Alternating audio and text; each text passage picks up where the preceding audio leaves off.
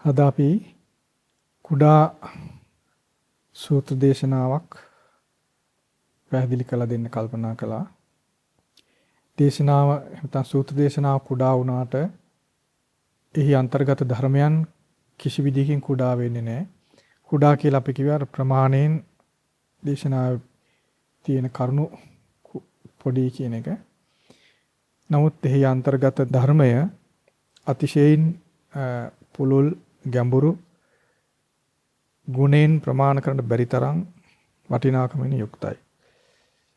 ඒ නිසා බුදුරජාණන් වහන්සේගේ ධර්මය වචන මාත්‍රයක් වුවත් අතිශයින්ම අර්ථ සහිත බව අපි දැනගෙන ඒ ධර්මය ඉගෙන ගන්න ඕන.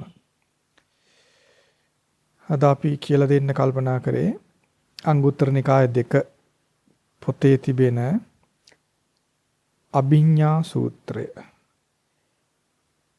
අභිඤ්ඤා වර්ගයට අයිති දේශනාවක්. මේ දේශනාව සිදු කරද්දී බුදුරජාණන් වහන්සේ වැඩ සිටියේ සවැත් නුවර.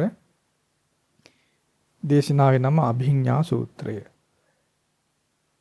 අභිඥා සූත්‍රය කිව්වම අපිට පාට හිතෙන්න පුළුවන් මේ අභිඥාවන් ගැන කියන දේශනාවක් කියලා. නැත්නම් අභිඥාවන් පිළිබඳ විස්තර කිරීමක් විදිහට කෙනෙකුට හිතෙන්න පුළුවන් නම අහපුවාම. ඒතරේ අභිඥාවන් කියලා කිව්වහම අපි අහලා තියෙන අභිඥාන අපි අහලා තියෙනවනේ පංච අභිඥා කියලා නේද? ඒතරේ පංච අභිඥාවන් ගැන ඒ වගේ දේවල් ගැන කියන දේශනාවක් කියලා හිතෙන්න පුළුවන්. දැන් පංච අභිඥා කියලා කිව්වහම 이르දි බලය අනුන්ගේ සිත දැකීමේ හැකියාව ඊළඟට දිවස දිව කන පෙර ජීවිත දැකීමේ නුවණ මේවට කියන්නේ පංච අභිඥා කියලා. ඒ අර්ථයෙන් පංච අභිඥා ගැන නෙවෙයි මේ දේශනාවේදී කියන්නේ. ඊට වඩා වෙනස් කරුණක්. බලන්න මේ කියලා දෙන්නේ කොහොමද? භාගතුන් වහන්සේ මේ දේශනා කරනවා. චත්තාරෝ මේ භික්ඛවේ ධම්මා මහණෙනි ධර්මයන් 4ක් තිබෙනවා. කතමේ චත්තාර මොනවාද 4? අත්ති භික්ඛවේ ධම්මා අභිඤ්ඤා පරිඤ්ඤය. අත්ති භික්ඛවේ ධම්මා අභිඤ්ඤා පහතබ්බා. අත්ති භික්ඛවේ ධම්මා අභිඤ්ඤා භාවේ තබ්බා. අත්ති භික්ඛවේ ධම්මා අභිඤ්ඤා සච්චිකා තබ්බා. භාගතුන්ස පෙන්න මහණේ ධර්මයන් 4ක් තිබෙනවා. මොනවද ඒ ධර්මතා 4? පළවෙනි එක තමයි අත්ති භික්ඛවේ ධම්මා අභිඤ්ඤා පරිඤ්ඤය. අභිඤ්ඤාව කියලා මෙතෙන්ද කියන්නේ විශේෂ දැනුම. අතිශයින්ම විශේෂ වූ දැනුම ඥානය කියන එක තමයි අභිඥා කියලා මෙතෙන්ද කියන්නේ. ඒතර විශේෂයෙන් දැනගන්න සුවිශේෂී වූ දැනුමක් කින් අවබෝධ කළ යුතු ධර්මයක් තියෙනවා කියලායි මේ කියන්නේ. අත්ති භික්ඛවේ ධම්මා අභිඥා පරිඤ්ඤය. සුවිශේෂී වූ දැනුමෙන් අවබෝධ කළ යුතු ධර්මයක් තියෙනවා. ඊළඟ එක අත්ති භික්ඛවේ ධම්මා අභිඥා පහතබ්බා. අතිශය සුවිශේෂී වූ දැනුමෙන් ප්‍රහාණය කළ යුතු ධර්මයක් තිබෙනවා. අත්ති භික්ඛවේ ධම්මා අභිඤ්ඤා භාවේ තබ්බා. ඒ විශේෂ දැනුමෙන් යුක්තව පුහුණු කළ යුතු ධර්මයක් තියෙනවා. භාවිත කළ යුතු ධර්මයක් තියෙනවා. අත්ති භික්ඛවේ ධම්මා අභිඤ්ඤා සච්චිකා තබ්බා. ඒ විශේෂ දැනුමින් යුක්තව සාක්ෂාත් කළ යුතු ධර්මයක් තියෙනවා. ඒ තමයි ධර්මතා 4. ඒතර අභිඤ්ඤාවෙන් යුක්තව අවබෝධ කළ යුතු ධර්මයක් තියෙනවා. ඒ පළවෙනි ධර්මය. අභිඤ්ඤාවෙන් යුක්තව ප්‍රහාණය කළ යුතු ධර්මයක් තියෙනවා. ඒ දෙවෙනි එක. ඊළඟට අභිඥාවෙන් යුක්තව පුරුදු කළ යුතු පුහුණු කළ යුතු ධර්මයක් තියෙනවා. ඒ තුන්වෙනි එක. ඊළඟට අභිඥාවෙන් යුක්තව සාක්ෂාත් කළ යුතු ධර්මයක් තිබෙනවා. ඒ තමයි ධර්මතා 4. එතකොට බලන්න මේ අභිඥාව කියන කරුණු හතරක් ධර්මතා හතරක් පිනිස උමනා කරන දෙයක්. ඒතර අපි දල වශයෙන් දැනගත්තේ ඒ විශේෂ දැනුම, විශේෂ ඥානය. එහෙම නැත්නම් විශිෂ්ට දැනුම කියලා අපි තේරුම් ගත්තාම හරි. විශිෂ්ට දැනුමින් යුක්තවයි අවබෝධ කළ යුත්තේ මේ කියන ධර්මය. ඒ විශිෂ්ට දැනුමින් යුක්තවයි ප්‍රහාණය කළ යුත්තේ මේ කියන ධර්මය. විශිෂ්ට දැනුමින් යුක්තවයි පුහුණු කළ යුත්තේ මේ ධර්මය. විශිෂ්ට දැනුමින් යුක්තවයි සාක්ෂාත් කළ යුත්තේ. එතකොට ඒ භාගතුන් වහන්සේ පෙන්වන ධර්මතා හතර අවබෝධ කළ යුතු ධර්මය, ප්‍රහාණය කළ යුතු ධර්මය, පුහුණු කළ යුතු ධර්මය, සාක්ෂාත් කළ යුතු ධර්මය. ධර්මතා හතරයි. ඒ ධර්මතා හතර සඳහාම තිබිය යුතු සුදුසුකම තමයි විශිෂ්ට දැනුම, අභිඥාව කියන එක තියෙනවා. ඒතර අපි දැන් යලි තේරුම් ගන්න ඕනේ මෙතනදී අභිඥාව කියලා කියන්නේ 이르දි ප්‍රාතිහාරයේ පෑමේ හැකියාවට නෙමෙයි.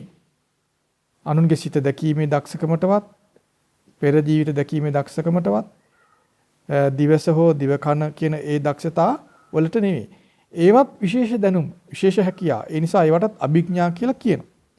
නමුත් අපි තේරුම් ගන්න මෙතනදී බුදුරජාණන් වහන්සේ පෙන්වන මේ අභිඥාව අර අපි අහලා තිබෙන පංච අභිඥා කියන තැනදී අපි අහලා තියෙන 이르දි ප්‍රාතිහාරයේ පෑමේ දක්ෂක බව, ඊළඟට අන් අයගේ සිත දැකීමේ දක්ෂභාවය, හැකියාව, දිවස දිවකන පෙර ජීවිත දැකීමේ හැකියාව කියන ඒ පංච අභිඥා වලට වඩා ඒ විශිෂ්ට ඥානයන්, ඒ විශේෂ දැනුම නුවණට වඩා ඒවා ඉක්මවා ගියපු ඥානයක්, ඊට වඩා බල සම්පන්න විශිෂ්ටත්වයෙන් අග්‍ර ස්වභාවයක් තමයි මෙතනදී පෙන්නන්නේ.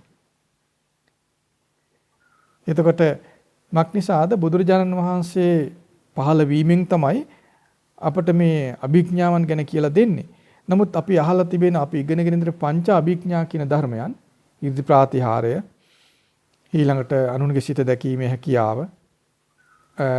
දිවස දිව කන සහ පෙර ජීවිත දැකීමේ හැකියාව කියන ඒ පංච අභිඥා බුදුරජාණන් වහන්සේ පහළ වීමට පෙර පවා ඇතම් බල සම්පන්න පුරුෂයන් විසින් උපදවගෙන තියෙනවා.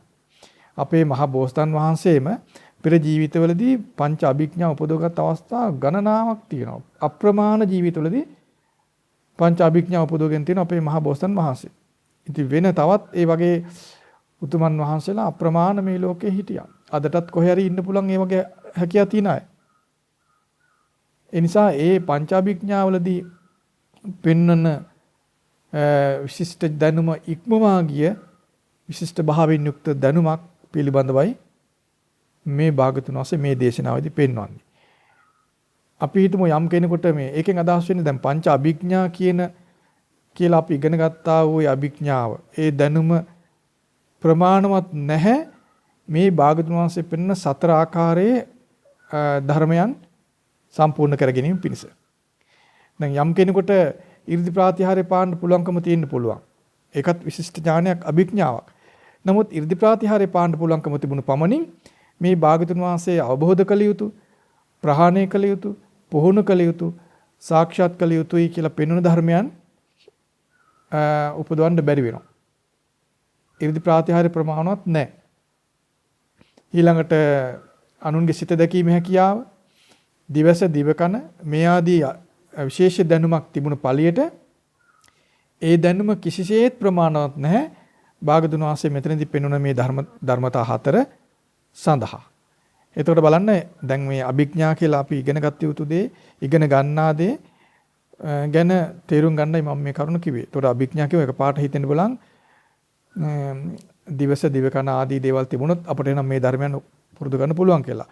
දැන් තේරුම් ගන්න දිවස කොච්චර තිබුණත් මේ ඒ දිවස තිබුණ පළියට අද මේ අපි ඉගෙන ගන්නා ධර්මතා ඉගෙන ගැනීමට දිවස ප්‍රමාණවත් නැහැ. දිවකන ප්‍රමාණවත් නැහැ. කියන්නේ ඒවත් අනිවාර්යංග නෙවෙයි. දිවස ඉක්මවා ගියපු ඊට වඩා බල සම්පන්න දැනුමක් ගැනයි මෙතෙන්දී මේ භාගතුන් වහන්සේ පෙන්නන්නේ. භාගතුන් වහන්සේ මේ විදිහට පෙන්නනවා කතමේච භික්ඛවේ ධම්මා අභිඥා පරිඤ්ඤය. මහණෙනි විශේෂ දැනුමෙන්, විශිෂ්ට ඥානෙන් අවබෝධ කළ යුතු ධර්මය කුමක්ද? පංච උපාදානස්කන්ධා. ඒ කුමක්ද? පංච උපාදානස්කන්ධය. ඉමේ උච්චති භික්ඛවේ ධම්මා අභිඤ්ඤා පරිඤ්ඤය. මේ තමයි මහණෙනි අභිඤ්ඤාවෙන් අවබෝධ කළ යුතු ධර්මය. එමෙ තමයි විශිෂ්ට ඥානෙන් අවබෝධ කළ යුතු ධර්මය. මොකක්ද? පංච උපාදානස්කන්ධය. ඒතර තේරුම් ගන්න 이르දි ප්‍රාතිහාරය නම් වූ විශිෂ්ට ඥානය. එහෙම නැත්නම් 이르දි ප්‍රාතිහාරය නම් වූ අභිඥාව පංච උපාදානස්කන්ධය අවබෝධ කිරීම පිණිස ප්‍රමාණවත් නැහැ. එහෙනම් ඒ අභිඥාවට වඩා ඉර්ධි ප්‍රාතිහාර්ය පෑමේ හැකියාව නම් වූ අභිඥාවට වඩා අතිශයින් විශිෂ්ට ඥානයක් තියෙන්න ඕන පංචමාස්කන්ධය අවබෝධ කර ගැනීම පිණිස. පංචමාස්කන්ධය අවබෝධ කර ගැනීම පිණිස වන්නා වූ අභිඥාව විශිෂ්ට අවබෝධය විශිෂ්ට ඥානය අර ඉර්ධි ප්‍රාතිහාර්ය කියන දැනුම එහෙම නැත්නම් ඒ විශිෂ්ට ඥානය ගොඩක් පොඩි දැනුමක්. එහෙම නැත්නම් ලපටි දැනුමක්. අගේ නැති දැනුමක්. නොවටිනා දැනුමක් විදිහට තේරුම් ගන්න. ඔයගොල්ලෝ අහලම තියෙනවා අපි කලින් විස්තර කරලා තියෙනවා බුදුරජාන් වහන්සේ 이르දි ප්‍රාතිහාර්ය කියන දේ වටිනා දෙයක් විදිහට විග්‍රහ කරලා විස්තර කරලා නැහැ. පිළි අරගෙන නැහැ. ඒක ඊටාම නොවටින දෙයක් විදිහටයි භාගතුන් පෙන්නන්නේ. නමුත් බලන්න ඒකත් අභිඥාවක්. ඒක සාමාන්‍ය ජනයාට හිතා ගන්නවත් බැරි. අතිශය විශිෂ්ට ඥානයක්. නමුත් ඒ විශිෂ්ට ඥානයේ පවා බුදුරජාන් වහන්සේ අතිශය නොවටිනා නොවැදගත් අගේ නොකල යුතු මිලක් පවා තියන්න බැරි වටිනාකමකින් රහිත දෙයක් විතරයි භාගතුන් වහන්සේ පෙන්නන්නේ. එහෙනම් තේරුම් ගන්න ඒ අපි අභිඥා කියලා හිතන් ඉන්න ඒ පංච අභිඥා ආදී ඒ බඳු දැනුම පවා අතිශය නොවැදගත්සේ සලකන්නේ ඇයි? ඒ දැනුමට පංචපාස්කන්ධය අවබෝධ කර ගැනීමට ඒ දැනුම කිසිසේත් ප්‍රමාණවත් වෙන්නේ නැහැ. ඒ නිසා අපි අභිඥා කියලා අපි ඉගෙන ගන්න ඉද්දී අපිට හුරු පුරුදු අහලා පුරුදු ඒ විශේෂ ඥානයන් ගැන බලවත් ආසාව නැති කරගන්න එපා. ඒවයි වටින්නේ කියලා ඒවට වටිනාකමක් දෙන්න එපා. වඩාත් වටින්නේ කුමක්ද කියලා තේරුම් ගන්න. ඒකටයි මම මේ කරුණ කිව්වේ. ඒතර අභිඥාවෙන් විශේෂ ඥානෙන් විශිෂ්ට ඥානෙන් අවබෝධ කළ යුතු ධර්මය කුමක්ද? පංච උපාදානස්කන්ධය. ඒතර පංච උපාදානස්කන්ධය අවබෝධ කරගන්න පුළුවන් ද විශිෂ්ට ඥානයක් නැතුව? විශිෂ්ට ඥානයක් නැතුව පුළුවන්ද? බෑ කියලා අපිට තේරෙන්න ඕනේ. එහෙනම් පංච උපාදානස්කන්ධය කියලා කියන්නේ විශිෂ්ට ඥානෙන් අවබෝධ කළ යුතු ධර්මයක්. ඒ විදිහට තේරුම් ගන්න. ඊළඟට බුදුරජාණන් වහන්සේ පෙන්නනවා ඛතමේච භික්කවේ ධම්මා අභිඤ්ඤා පහතබ්බා. අභිඤ්ඤාවෙන් යුක්තව එහෙම නැත්නම් විශිෂ්ට ඥානයකින් සුවිශේෂී වූ දැනුමකින් යුක්තව ප්‍රහාණය කළ යුතු ධර්මය කුමක්ද? අවිජ්ජාච භව තණ්හාච ඉමේ උච්චති භික්කවේ ධම්මා අභිඤ්ඤා පහතබ්බා. මහණෙනි අභිඥාවෙන් විශිෂ්ට ඥානෙන් විශේෂ ඥානෙන් ප්‍රහාණය කළ යුතු ධර්මය කුමක්ද? අවිද්‍යාවත් භව තණ්හාවත් තමයි ඒ. ඉමේ උච්චති භික්කවේ ධම්මා අභිඥා පහතබ්බා. මහණෙනි මේ තමයි විශිෂ්ට ඥානෙන් ප්‍රහාණය කළ යුතු ධර්මය. මොකක්ද ඒ ධර්මය? අවිද්‍යාවත් භව තණ්හාවත්. ඒවා ප්‍රහාණය කිරීම පිණිස කුමක්ද තිබිය යුත්තේ? අභිඥාව තියෙන්න ඕන.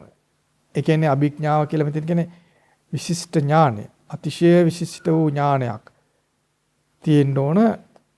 අවිද්‍යාවත් භව තණ්හාවත් ප්‍රහාණය කිරීම පිණිස. ඒතර විශිෂ්ට ඥානයකින් තොරව අවිද්‍යාව ප්‍රහාණය කරගන්න බෑ. අවිද්‍යාව බිඳින්න බෑ. භව තණ්හාව බිඳගෙන ප්‍රහාණය කරගන්න බෑ. යලි මතක තියාගන්න මෙතනදී විශේෂ ඥානය අභිඥා කියලා කියන්නේ අපි පංච අභිඥා කියලා ඉගෙනගෙන තිබෙන ඥානයන් නොවේ. නමුත් යලිත් තේරුම් ගන්න යලි මතක තියාගන්න ඒ ඥානයන් අපේ සාමාන්‍ය ව්‍යවහාරයේදී හැල්ලු කරන විදිහට හැල්ලු කරන්නත් එපා. අපි බුදුරජාණන් වහන්සේගේ විග්‍රහයයි පිළිගත යුත්තේ. මේ පංච අභිඥා කියන ධර්මයන් ශ්‍රේෂ්ඨ මිනිස්සු උපදව ගන්න දේවල්.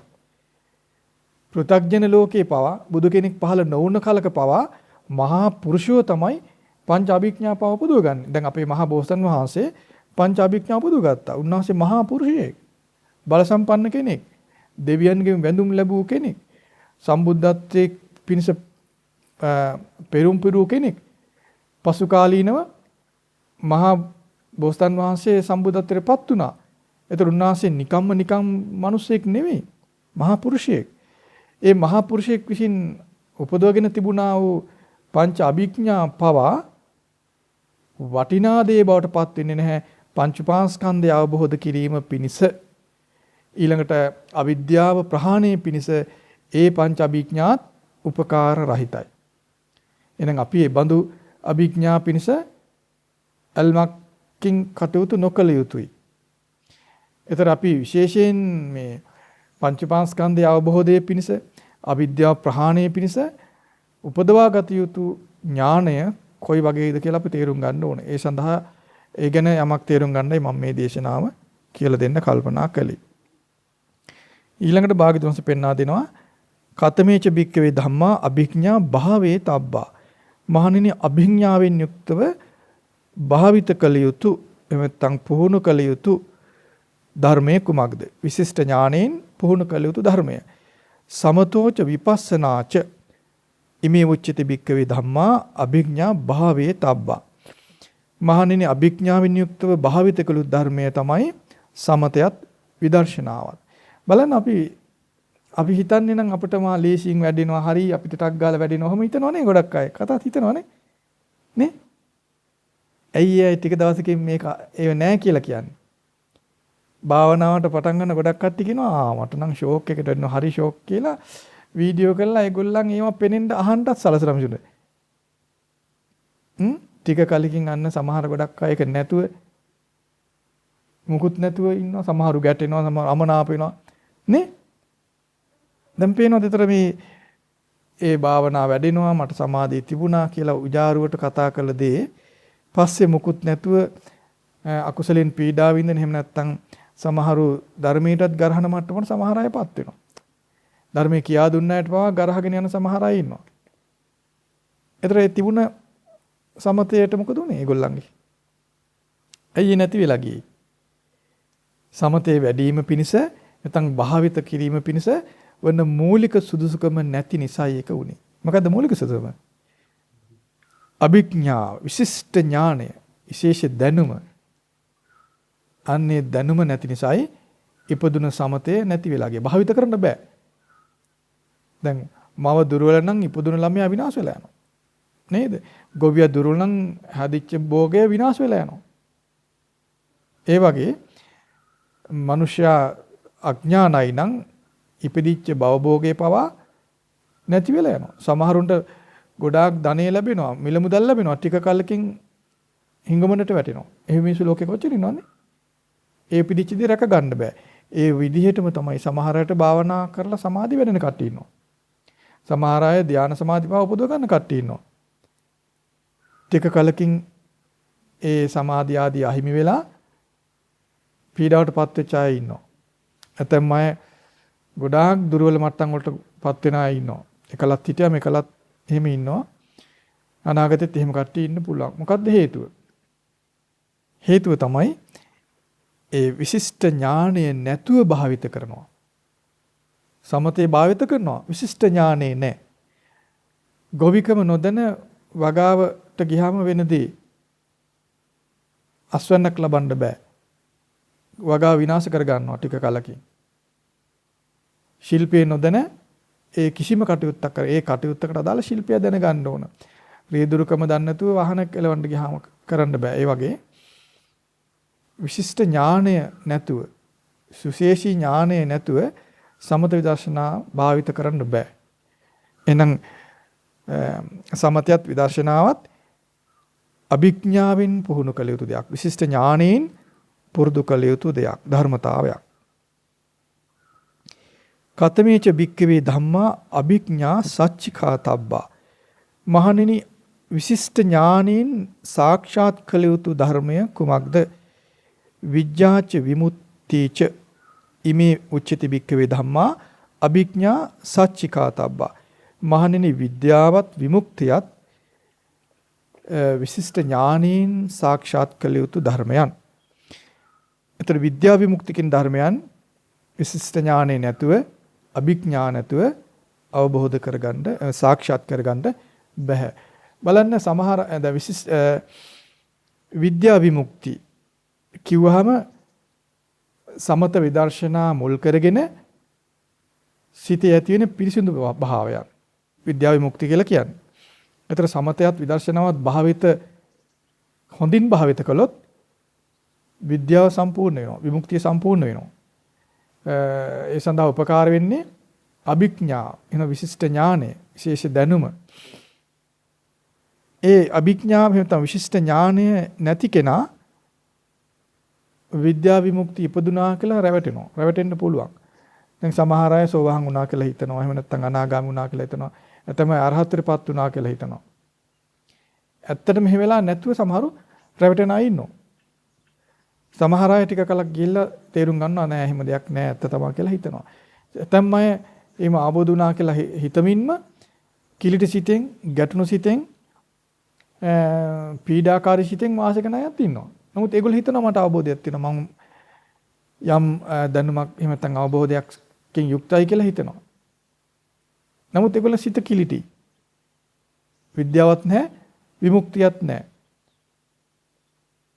ඒ මොකද්ද මේ වෙලා තියෙන්නේ? ඇයි එහෙම වෙන්නේ?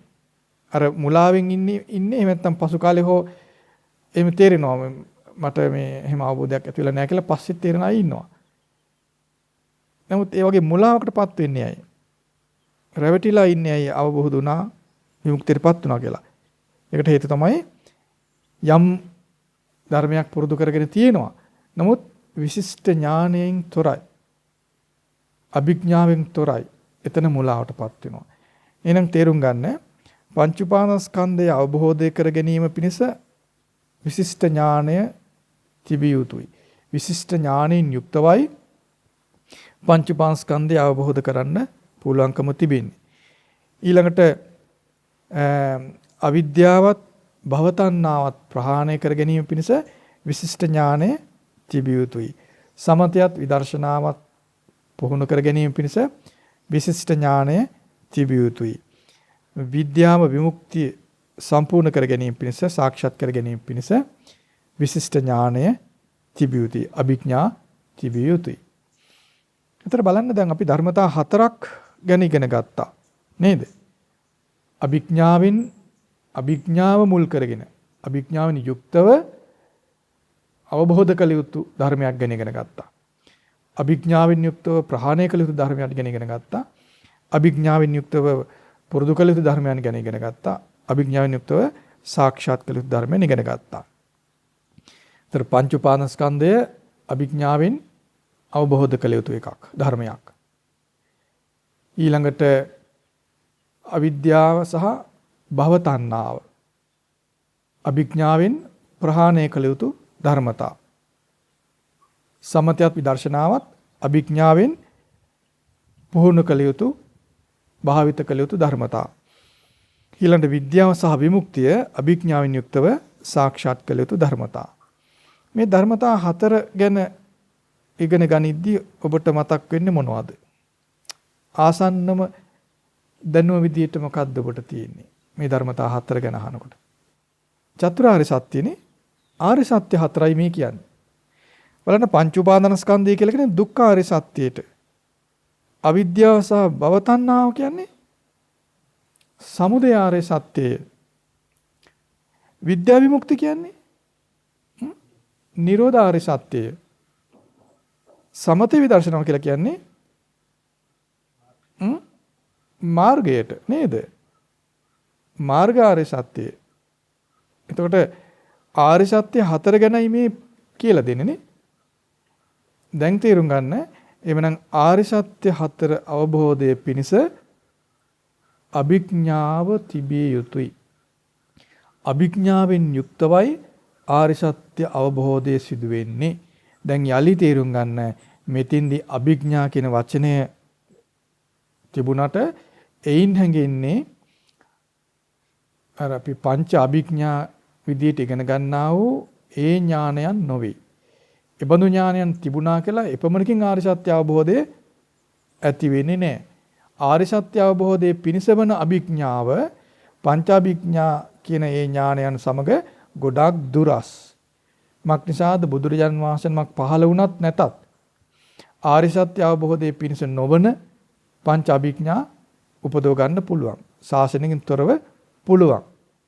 නමුත් ආර්ය සත්‍ය අවබෝධයේ පිණිස වන අභිඥාව එහෙම නැත්නම් ඒ විශිෂ්ට ඥානය බුදු කෙනෙකුගේ පහළවීමකින් තොරව ලෝකයේ කිසි කලක කිසිවෙකුට උපදව ගන්න බෑ. ඒතර බුදුරජාණන් වහන්සේ තමයි ඒ විශිෂ්ට ඥානය එහෙම නැත්නම් ආර්ය සත්‍ය අවබෝධයේ පිණිස වන අභිඥාවන් මුලින්ම උපදවගත්ත කෙනා. ලෝකයේ මුලින්ම ආර්ය සත්‍ය අවබෝධයේ පිණිස වන අභිඥා උපදවගත්ත කෙනා බුදුරජාණන් වහන්සේ. ඒ අභිඥාවෙන් යුක්තව පංචපාස්කන්ධය අවබෝධ කළේ මුලින්ම බුදුරජාණන් වහන්සේ. අභිඥාවෙන් යුක්තව අවිද්‍යාව සහ භවතණ්හා ප්‍රහාණය කළේ මුලින්ම බුදුරජාණන් වහන්සේ. අභිඥාවෙන් යුක්තව සමත විදර්ශනා භාවිත කළ සම්පූර්ණ කරේ බුදුරජාණන් වහන්සේ මුලින්ම. අභිඥාවෙන් යුක්තව විද්‍යාවත් විමුක්තියත් සාක්ෂාත් කළේ මුලින්ම බුදුරජාණන් වහන්සේ. ඒතර බුදුරජාණන් වහන්සේගෙන් ධර්මය ඇසූ ශ්‍රද්ධාවන්ත අය තමයි ඊළඟට අභිඥාව උපදවගත්තේ ආර්ය සත්‍ය අවබෝධයේ පිණිස. අද දක්වාත් යම් කෙනෙක් ආර්ය සත්‍ය අවබෝධ කරගන්නවා නම් ඒ විශිෂ්ට ඥානයෙන් යුක්තමයි. විශිෂ්ට ඥානයෙන් තොරව ආර්ය සත්‍ය අවබෝධයක් ඇති කරන්න බෑ. ඒතර අද දක්වාත් යම් කෙනෙක් පංචපාස්කන්ධය අවබෝධ කරගන්නවා නම් ඕ විශිෂ්ට ඥානයෙන් යුක්ත විය යුතුයි. අභිඥාවෙන් යුක්ත විය යුතුයි. එතකොට අද දවසේත් යම් කෙනෙක් අවිද්‍යාවත් භවතණ්හාවත් ප්‍රහාණය කරනවා නම් විශිෂ්ට ඥානයෙන් යුක්ත විය යුතුයි. අභිඥාවෙන් යුක්ත විය යුතුයි. අද දවසේදීත් යම් කෙනෙක් සමතයත් විදර්ශනාවත් උපදවා වඩනවා නම් භාවිත කරනවා නම් සම්පූර්ණ කරනවා නම් අභිඥාවෙන් යුක්ත විය යුතුයි. විශිෂ්ට ඥානයෙන් යුක්ත විය යුතුයි. අද දවසේදීත් යම් කෙනෙක් විද්‍යාව විමුක්තිය සම්පූර්ණ කරගන්නවා නම් විශිෂ්ට ඥානයෙන් නැත්නම් අභිඥාවෙන් යුක්ත විය යුතුයි. ඒ විශිෂ්ට ඥානයෙන් නොමැතිව අභිඥාවෙන් තොරව ආර්ය සත්‍ය අවබෝධයක් ඇති කරගන්න බෑ. ඒ නිසා ඒ අභිඥාව විදිහට බුදුරජාණන් පෙන්නන මේ සුවිශේෂ දැනුම සුවිශේෂ ඥානය ඇති කර ගැනීම පිණිස හැම කෙනෙක්ම ධර්මයට ලැබී ධර්ම අවබෝධයට ආස කරන හැම කෙනෙක්ම මේ සඳහා දැනුමකින් වාසය කළ යුතුයි. එහෙම නැතුව මේ සරල දැනුමකින් කටපාඩමකින් එහෙම නැත්නම් වෙනත් සාමාන්‍ය විෂයක් ඉගෙන ගන්නා විදියට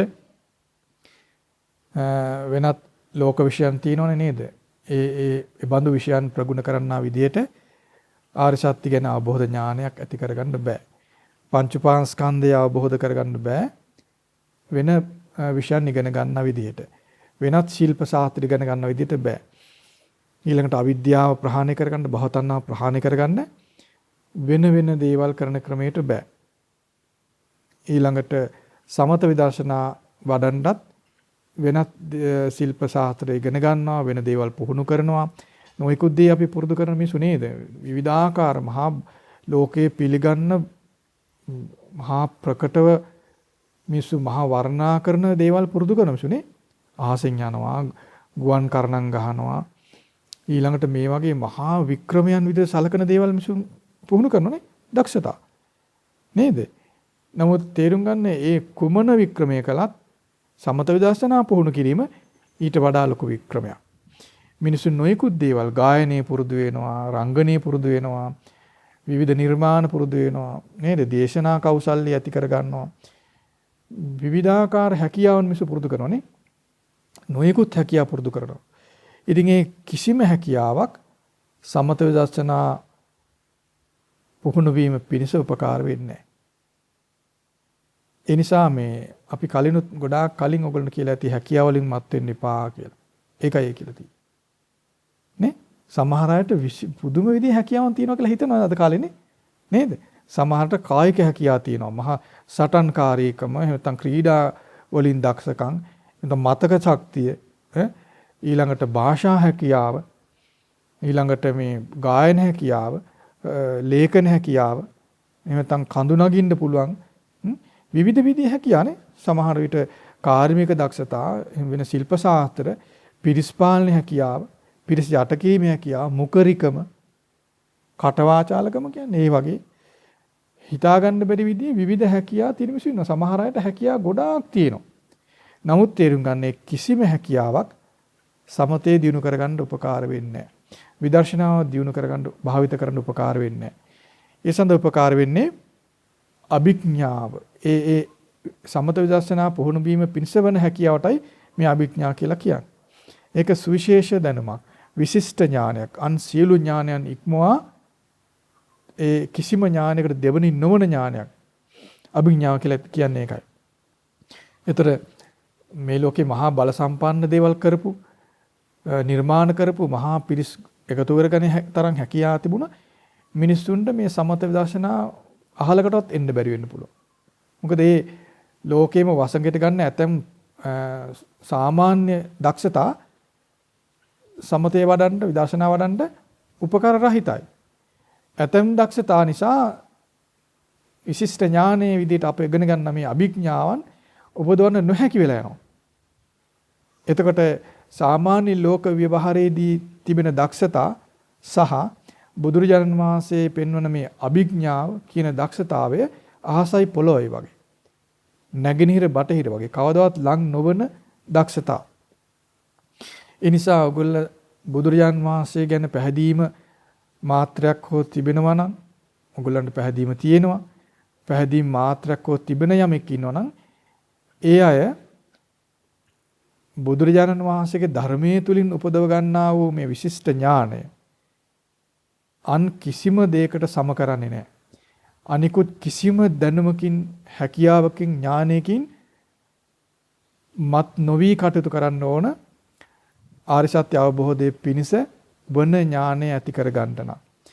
වෙනියම් සාමාන්‍ය ලෝක ව්‍යවහාරයේ තිබෙන දැනුමකින් අපි ආඩම්බර වෙනවා නම්, එයින්මත් වෙනවා නම්, එයාගේ කරනවා නම් කවදාවත් මේ අභිඥාවන් උපදව ගන්න බෑ. අභිඥාවන් කියලා කියන්නේ අපි කලින් කතා කළා පංච අභිඥා නෙමෙයි. පංච අභිඥා උපදව ගන්න පුළුවන් ආර්ය සත්‍ය අවබෝධය නොකරන කෙනාටත් පුළුවන්කම තිබුණා. අපි ඒ කාලේ ඒ වගේ අය ගැන අහලා තියෙනව නේද? ඒ නිසා මේ යලි යලිත් මතක තියාගන්න, මෙතනදී අපි අභිඥා කියලා ඉගෙන ගන්නේ පංච අභිඥා නෙවෙයි. පංච අභිඥා මහා බල සම්පන්න දේවල් විදිහට ලෝකයා පිළිගත්තත් මේ ධර්මාබෝධය සමග සසඳපුවාම ඊට නොවැදගත් වටිනාකමකින් තොර දේ විදිහටයි බුදුරජාණන් වහන්සේ අපට ඒවා පෙන්නලා තියෙන්නේ. එවනම් බලන්නේ ඒ ධර්මාබෝධයට උපකාර නොවන පංචාභිඥා පවා දුර්වල නොවැදගත් නොවටිනා වටිනාකමින් අඩු දේවල් විදිහට නම් බුදුරජාණන් වහන්සේ පිළිගන්නේ, අපට පෙන්වා දුන්නේ, අප විසිනුත් පිළිගත යුත්තේ මේ අපි වගේ සාමාන්‍ය අයට තිබෙන මතක තියාගන්න හැකියාව, අකුරු හැකියාව, එහෙම නැත්නම් වෙන ශිල්ප ශාස්ත්‍ර, සාමාන්‍ය කතා කරන්න පුළුවන් හැකියාව, ගායන හැකියාව වගේ මේ පුංචි හැකියාවක් අපි අගය කළ යුතුද නේද? ඒ වයින් අපි ආඩම්බර නොවිය යුතුයි. දැන් සමහර මිනිසුන් අපි නෝ කවියක් කියන්න පුළුවන්. හිඟා කන්නේත් ඒකෙන් නේ මිනිසු. නේ? එච්චර නොවැදගත් ඒවා. නේද? ඊළඟට මේ කතා කරන්න පුළුවන් හැකියාවක්. ඒ වගේ දේ මිනිස්සු හැකියාව කියලා කියන්නේ මිනිසුන් යට කරනවා. සමහරට පුළුවන් කාය ශක්තිය තියෙනවා. ඒ වගේ විවිධ ස්වභාවයන් නේද? ඒ කිසිම හැකියාවක් ධර්ම අවබෝධය පිණිස වටින උපකාර සහිත දේ විදිහට හිතන්න එපා. ඒවා බුදුරජාන් වහන්සේ පිළි නොගත් අගේ නොකල දේවල්. දැන් පංච අභිඥා පවා බුදුරජාන් වහන්සේ නොවටින නොවැදගත් වටිනාකමින් තොර දේ විදිහට පෙන්වුවා නම් සාමාන්‍ය ලෝකයා තුල තිබෙන දේවල් වටිනා දේ නෙමෙයිනේ. දැන් බුදුරජාන් වහන්සේ පහළ වෙච්ච කාලේ මහා පුදුමාකාර හැකියාව තිබෙ මිනිස්සු හිටියා. අද එහෙම කට්ටිය නෑ. මොකද බුදු කෙනෙක් පහළ වෙන කාලය තමයි ලෝකයේ සුවිශේෂ කාලය. ඒ බුදු කෙනෙක් පහළ වෙන කාලයේ වගේ සුවිශේෂ කාලයක් ලෝකේ කවදාවත් බිහි වෙන්නේ ඒ කාලේ ලෝකේ හැම දෙයක්ම විශේෂයි. බුදු කෙනෙක් පහළ වෙන කාලේ ලෝකේ හැම ගොඩාක් දේ විශේෂයි. එතකොට ඒ කාලේ සුවිශේෂ ගණේ මිනිසුන් ගොඩාක් බිහි වෙනවා. එතකොට ඒ මිනිස්සු තුල අද කාලේ මිනිස්සු මොන විදිහින්වත් පිළි නොගන්න විදිහේ විශේෂ හැකියාවක් තිබුණ මිනිස්සු ඒ කාලේ හිටියා. ඇත්තටම මේ බුදුරජාන් වහන්සේගේ අවබෝධය පිළිගන්න ශ්‍රද්ධාව තියෙන අය පමණයි ඒ කාලේ සාමාන්‍ය මිනිසුන්ගේ හැකියාව පිළිගන්න. ඒතරම්ම මහා බල සම්පන්න අද කාලේ හිතන්නත් බැරි පිළිගන්න අකමැති කිසිසේත් අද කාලේ මිනිසු නොපිළිගන්නා තරම් හැකියාවන් දක්ෂතා තිබුණු පුහුදුන් මිනිස්සු ඒ කාලේ හිටියා. අද කාලේ මිනිසුන්ගේ හැකියාව ඊටාම සරලයි. නමුත් අපි අද තියෙන අපේ සාමාන්‍ය පුංචි දැනුමට අද කාලේ තියෙන මිනිසුන්ගේ පුංචි දැනුමත් ලොකුවට පේනවා. ඒක හැටි. නමුත් අපි තුල ශ්‍රද්ධා බලය තියෙනවා නම් බුදුරජාණන් වහන්සේගේ අවබෝධය තියෙනවා නම් අපේ දැනුම ලපටි කරන්නේ නැහැ. අපේ දැනුම දුර්වල දෙයක් කරන්නේ නැහැ. අපේ දැනුම අඳබාල කරන්නේ නැහැ. එතකොට අපිට බුදුරජාන් වහන්සේ ගැන තිබෙන ශ්‍රද්ධාව මුල් කරගෙන ඒ ශ්‍රද්ධාව අපේ සිත වඩන බලයක් බවට පත් වෙනවා. චිත්ත බලයක්. ඒ චිත්ත බලයෙන් ශ්‍රද්ධාව කියන චිත්ත බලයේ මුල් කරගෙන අපිට පුළුවන් දුර්වල වූ නොවටිනා දේවල් නොවටිනා දේ විදිහට පිළිගන්න පුළුවන්. ඒකයි ශ්‍රද්ධා බලයේ තියෙන කෙනා බලවතෙක් කියලා කියන්නේ. ශ්‍රද්ධා බලයෙන් නොමැති කෙනා දුර්වල පුරුෂයෙක්. එයාට ඊටාම දුර්වල දේ මහා බලවත් දේ වගේ පේනවා. කුරුමිට්ටට පුංචි මනුස්සයත් යෝදෙන්නේ නේද? ඒ වගේ දුර්වල මනුස්සයාට Tamanට වඩා පොඩ්ඩක් ලොකු වුණත් එයා ලොකු මනුස්සයෙක්. ඒතර දුර්වල මනුස්සයට දුර්වල දේ ලොකුයි. වටිනවා. නමුත් බල සම්පන්න කෙනාට එහෙම දුර්වල දෙයක් බලවත් විදිහට පේන්නේ නැහැ. ඒතර ඒ නොවැදගත් දේ නොවැදගත් විදිහට තේරුම් ගන්න. බලයක් රහිත දේ බලයක් රහිත දේ විදිහට පිළිගන්න නම් අපිට චිත්ත බලය තියෙන්න ඕනේ. ඒ චිත්ත බලය තමයි ශ්‍රද්ධා බලය. ශ්‍රද්ධා බලයෙන් තමයි අපේ සිත බලවත් කරන්නේ නොවැදගත් දේ නොවැදගත් කියලා පිළිගන්නේ. ඒතකොට මේ විදිහට ශ්‍රද්ධා බලයෙන් යුක්තව අපි නොවැදගත් දේ නොවැදගත් කියලා පිළිගත්තොත් අපට තියෙන මේ පුංචි හැකියාවකින් අපේ සිත කවදාවත් මත් වෙන්නේ නැහැ. අපට තියෙන්න පුළුවන් නේ විභාගයෙන් පාස් වෙලා තියෙන්න පුළුවන්. එහෙම නැත්නම් අපි ගෙදර හිටපු කාලේ බලවත් දේවල් කරලා තියෙන්න පුළුවන් අපිට නේද? ගෙදර හිටපු කාලේ ක්‍රීඩා කරලා තියෙන්න පුළුවන්. උස පැනලා දුර පැනලා නේද? ඒ වගේ සම්මාන දෙන්නලා තියෙන්න පුළුවන්. බල සම්පන්න මිනිසුන්ගේ ඇසුරක් තියෙන්න පුළුවන්. සමහර මිනිසුන්ට ඇමතුරුන්ගේ යාළුකම් තියෙන්න පුළුවන්. ජනාධිපතිගේ යාළුකම් තියෙන්න පුළුවන්. ඒව පවා මිනිස්සු ලොකු දේ විදිහට හිතන්නේ නේ. මත් වෙන්න තියෙනේම නේ. නේද? ගෙදර ඉන්න කාලේ සල්ලි ගොඩාක් තිබ්බගෙමු. ඒ සල්ලි ඔක්කොම දාලා අපි ගෙදර එනවා. ඒතර ඒකත් අපට මත් වෙන්න කරුණක් නේ. නේද? ගෙදර ඉන්න කාලේ අපිට ගෙයක් තිබ්බා. ගේ දාලා අපි මහාන වෙන්න ආවා. ඒක අපට මත් වෙන්න කරුණක්. නේද? දුර්වල හිතට ඒකත් මත් වෙන්න කරුණක්. ඒ නිසා ඒ පුංචි දෙයටත් හිත යට වෙන දුර්වල හිත නැති කර ගන්න ඕන. පුංචි දෙයටත් හිත යට වෙන දුර්වල හිත නැති වෙන්න ශ්‍රද්ධා බලය ඕන. ශ්‍රද්ධා බලයෙන් බලවත් වන සිත පුංචි දෙයට තබා මහා බල සම්පන්න දෙයටවත් යට වෙන්නේ නැහැ. ඒ විදිහට පුහුදුන් මිනිහාට තිබෙන බලවත්ම දේ තමයි පංච අභිඥා. පුහුදුන් මිනිහා පිළිගන්න බල සම්පන්නම දේ තමයි පංච අභිඥා. ඒතර ශ්‍රද්ධා මාත්‍රිකින් හෝ හිත බලවත් වුණොත් යම් කෙනෙකුට පුහුදුන් මිනිහා පිළිගන්න බල සම්පන්නම දේ වෙන පංච අභිඥා පවා බල සම්පන්න දේවල් විදිහට ඒවයින් මත් වෙන්නේ නැහැ. එහෙනම් අන්නේ බඳු කෙනෙකුට ආර්ය සත්‍ය අවබෝධයේ පිණිස වෙන අභිඥාව කියන ඒ විශිෂ්ට ඥාණයට ඔව් පහදිනවා. ඒ ආර්ය සත්‍ය අවබෝධයේ පිණිස වෙන විශිෂ්ට ඥාණය අභිඥාව කියන සුවිශේෂී වූ ඥාණය සුවිශේෂී වූ දැනුම ඒට පහදින් නැති කෙනාට ඉපදෙන්නේ නැහැ. අපි පැහැදිලා තින්නේ අපිට කඳු නගින්න පුළුවන් නම් ඒකට අපි පැහැදිලා නම් අපට අභිඥාවක් උපදවන්න බෑ. අපි පැහැදිලා තින්නේ අපට තිබෙන මුකරිකමට නම් අපි සතුටු වෙන්නේ. එයින් නම් අපි ආඩම්බර වෙන්නේ. අපිට භාෂා හැකියාව තියෙනවා නම් අපි එයින් නම් ආඩම්බර වෙන්නේ. අපි ගෙදර ඉන්න කාලේ අසුරු කර යාළුවෝ ගැන හිතලා නම් අපි ආඩම්බර වෙන්නේ. එහෙම නැත්නම් අපේ සම්බන්ධකම් අපිට තියෙන දීපල වේවා ඒ වගේ දේවල් වලින් නම් අපි සතුටු වෙන්නේ. නැත්නම් අපේ රූපෙන් වේවා නේද? ඒවයින් නම් අපි සතුටු වෙන්නේ. ඒ වගේ මේ ලෝකේ අපිට කීනොකී කෙරවලක් නැති දේවල් තියෙනවා. මිනිස්සු සතුටු වෙන ආඩම්බර වෙන නේද? දැන් හිඟන්න තුවාලෙනුත් සතුටු වෙනවා. හිඟන්න වැහැරල්ලෙන් සතුටු වෙනවා. නේද? හිඟන්නට වැරහැල්ලක් තිබුණොත් එයා ඒක සතුටු වෙනවා. මොකද එයාට ඒ ජීවනෝපාය වෙන්නේ ඒක. නේ? හිඟන්නගේ තුවාලේ එයාට වටිනවා. එයාක හොඳ කරගන්න එයා කැමති නෑ. ඒක වටිනවා එයාට අගය කරනවා. ඒ වගේ මේ පුහුදුන් මිනිහා කෙරවලක් නැති දෙයට පහදිනවා. නේද? ඒ වගේ පුහුදුන් මිනිහා පහදින ලොකුම දේ තමයි පංච අභිඥා වගේ ධර්මතා. 이르දි ප්‍රාතිහාරය. ඊළඟට දිවස දිවකන ඔය ඇතමයි කියනවා මම මෙහෙම භාවනා කරගෙන හිටියා මම මේ දිවසින් දැක්කා අමනුෂ්‍යෙක් කියනවා. මං භාවනා කරලා මට මේ කනට ඇහුණා කියනවා. මට දෙවියෝ කිව්වා කියනවා. මේ මොකක්ද අගේ කරන්නේ? තමන්න සවිශේෂ හැකියාවක් තියෙනවා නේ. එයි මත් වෙනවා. කියන්නේ ඒකයි. මොකද ඒකෙන් එයා ජීවත් වෙනවා. හිඟන්න තුවාලෙන් ජීවත් වෙනවා. හිඟන්න වැරහැල්ලෙන් ජීවත් වෙනවා. ඒතර ඒකට ඒක අගේ කරනවා. ඒතර අපිට පර සම්බන්ධය තුන ඒ සම්බන්ධය අපි ජීවත් වෙනවා නම් ඒක අගේ කරනවා. ඒ වගේ අපි යමක් අගේ කරන්නේ අපි එයින් ජීවත් වෙන්න කල්පනා කළොත්. ඒතර පුහුදුන් ලෝකයා විසින් අගේ කරන සියල්ල පැවැත්ම පිණිස කර දේවල්. නිදහස් වීම පිණිස ඒ කිසිවකින් උපකාර වෙන්නේ නැහැ. ඒ නිසා පුහුදුන් ලෝකයා විසින් වටිනාම දේ විදියට අගේ කරන දේ පවා, ඒ කියන්නේ පංච අභිඥා පවා පුහුදුන් ලෝකයේ අග්‍ර විදියට සලකන දේවල්. දැන් ඕගොල්ලන්ට දෙවි කෙනෙක් ඇවිල්ලා කිව්වොත් එහෙම ඕගොල්ලෝ මොනවා හිතේදනේ? නේද? දෙවි කෙනෙක් ඕනේ නැහැ. ඕගොල්ලන්ට හීනෙන් මොන හරි එකක් හඬක් ඇහෙනවා. ඔය ගොඩක් අයට වෙන්නේ හීනෙන් තමයි කියන්නේ.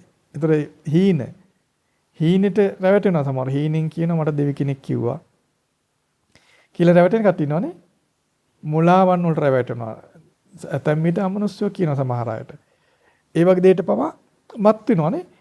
එතකොට දැන් ඒ වගේ සුළු දෙයකට මත් වුනොත් පුළුවන් ඒද ධර්මාබෝධයේ පිණිස වෙන විශිෂ්ට ඥානය එහෙම නැත්නම් අභිඥාව උපදවන්න බෑ. උපදවන්න බැරේ අර ලපටි නොවැදගත් නොවටිනා දෙයටයි පැහැදීම තියෙන්නේ. නොවටිනා දෙයට පැහැදීම තිබ්බහම එයා ඒක වර්ණනා කරනවා. ඒකේ ආස්වාදයටයි ඔහු ගොදුරු වෙලා තින්නේ. ආස්වාදයෙන් යුක්තව තමයි ඒක අගය කරන්නේ. ගෙදර ඉන්න කාලේ හිතවත් ලොකු මිනිසෙක් හිතවත් නම් ඒ මිනිසාගේ හිතවත්කම විශ්ේ කරොත් ඒක ආස්වාදයෙන් සිහි කරනවා. ඒතර යම් දෙයක් ආස්වාදයෙන් සිහි කරගෙන ඉන්නකොට ඒකට බැඳිලා යනවා නේද? තණ්හාව එතන බැඳිලා යනවා. එතකොට ධර්මාබෝධයේ පිණිස වෙන අභිඥාවන් විශිෂ්ට ඥානයන් උපදව ගන්න කවදාවත් බැරි වෙනවා. මක්නිසාද යාගේ පැහැදීම, යාගේ අගය කිරීම තිබෙන්නේ නොවැදගත් දෙයක් නිසා වන නිසා. ඒ නිසා බුදුරජාණන් වහන්සේ ගැන පැහැදීමෙන් ශාසනයට පැමිණි ඔබ කවුරුත් ශාසන පිළිවෙත් පුරණ කවුරුත්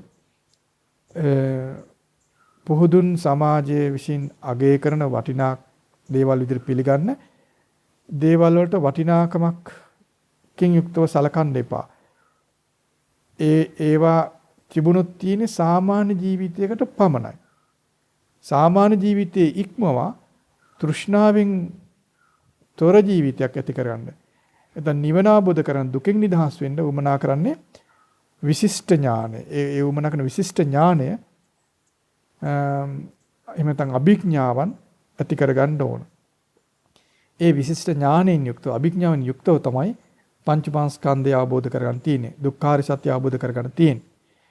ඊළඟට ඒ විශිෂ්ට ඥානයෙන් යුක්තව තමයි අවිද්‍යාවත් භව තණ්හාවත් ප්‍රහාණය කරන්න තියෙන්නේ. නැත්නම් දුක්ඛ සමුදය ප්‍රහාණය කරන්න තිබෙන්නේ. ඒ විශිෂ්ට ඥානයෙන් අභිඥාන යුක්තව තමයි සමතයත් විදර්ශනාවත් භාවිත කරන්න තිබෙන්නේ. නැත්නම් නිවන් මඟ වඩන්න තියෙන්නේ. ඒ විශිෂ්ට ඥානයෙන් යුක්තව තමයි විද්‍යාවත් විමුක්තියත් සම්පූර්ණ කරන්න තියෙන්නේ. නැත්නම් නිවන සම්පූර්ණ කරගන්න තියෙන්නේ. ඒතකොට මේ විශිෂ්ට ඥානය, මේ උතුම් ධර්මයන් පිණිසවන විශිෂ්ට ඥානයන් අතිශය ගෞරවාදරයෙන් පැහැදීමෙන් උපදවගත යුතුයි.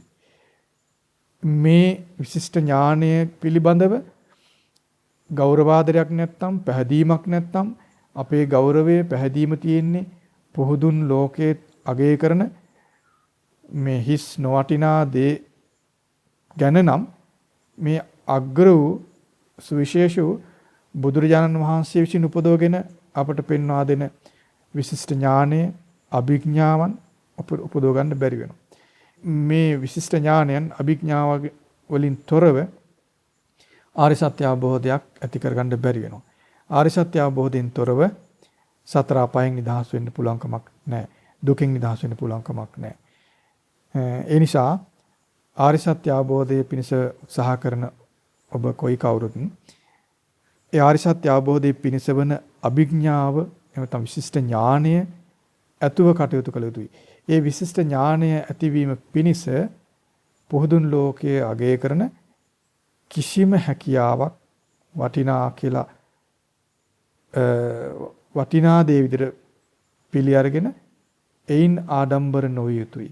එයින් තමා වැදගත් විදිහට නොසලකා ඒවා සාමාන්‍ය ජීවිතයේ පිණිස පමණක් උපකාර වන නොවැදගත් දේවල් විදිහට සලකලා බුදුරජාණන් වහන්සේ ගැන පැහැදීමෙන් මේ විශිෂ්ට ඥානය පිණිස උත්සාහ කළ යුතුයි. ඉතින් අපි ඉෂෙත් පතනවා මේ හැම කෙනෙකුටම අද ඉගෙන ගත්තේ ඔයගොල්ලෝ ටිකක් කලින් ඉගෙන නොගත්ත කරුණක් නේද? කලින් අපි මෙහෙම දෙයක් කියලා නැහැ නේද? දැන් මේක නමුත් මේ ගැන බය වෙන්න එපා. දැන් එක පාට බය වෙන්න ඕන අපි කොහොමද අභිඥා උපදවන්නේ කියලා. එහෙමනේ වෙන්නේ නේද? අපි කළ යුතු දේ ගැන සතුටු නොවි කොහොමද කරන්න කියලා හිතන්නේ. කළ යුතු දේ ගැන සතුටු වෙන්න ඕන. යුද්ධ බටයා යුද්ධ දිනන්න කලින් යුද ජයග්‍රහණය ගැන සතුටක් උට. යුද ජයග්‍රහණය අවශ්‍යයි උට. යුද ජයග්‍රහණය ගැන සතුටු වෙන කෙනා, ඒ අවශ්‍ය කෙනායි යුද්ධයට සූදානම් වෙනවා. ඔය යුද්ධය කරනවා. යුද ජයග්‍රහණය කරනවා. යුද්ධේ කිව්ව ගමන්ම බය වෙනවා නම්, තැති ගන්නවා නම්, අපොයි කොහොමද මේක කරන්න කියලා හිතනවා නම්, ඔහු කවදාම සූදානම් වෙන්නේ නැහැ. සූදානම් නොවීම යුද්ධය අතාරිනවා. ඔහු එවලින්ම පරාජයටපත් වෙනවා. සතුරා ඔහුව පරාජය කරන්න කිසිවක් කරන්න අවශ්‍ය නැහැ. සතුරා කිසිවක් නොකොටම ඔහු පරාජයටපත් වෙනවා. එයමයි අනවබෝධය. එයමයි සී කල්පනාවක් නැතිකම. ඒ නිසා බුදුරජාණන් වහන්සේගේ ධර්මය අහපුවාම සිහිය උපදව ගන්න. කල යුත්තේ මෙයයි කියලා තේරුම් ගන්න. හපොයි කොහොමද කරන්නේ කියලා කලබල කරගන්න එපා. හොඳයි අපි සිත පතනවා. ඒ භාගතුන් වහන්සේ පෙන්වපු උතුම් චතුරාර්ය සත්‍ය ධර්මය සම්පූර්ණ කර ගැනීම පිණිස වන ඒ උතුම් ශ්‍රේෂ්ඨ වූ අභිඥාව සහිතව ධර්මයේ පුරුදු කරන්න සිළු දෙනාට වාසනාව උදා වේවා.